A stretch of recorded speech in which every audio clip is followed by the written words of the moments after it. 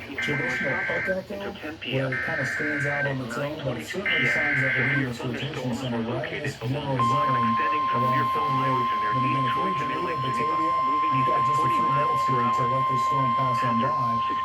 And just take your toilet precautions.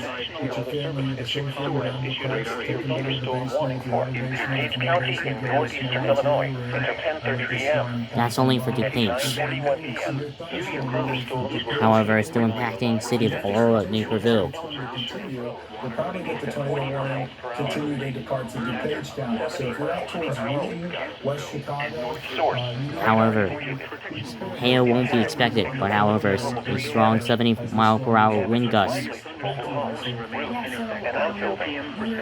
Locations affected include Aurora,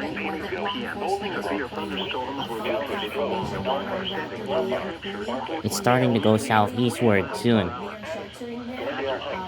It's going east-southeast. Really start to see some vegetation. Everyone's talking about how not necessarily initially this was issued. You could see it in that one can see it. So you're in Canton Hills, severe thunderstorm. If you spawn a tornado, go at once into the basement or small central room in a sturdy structure.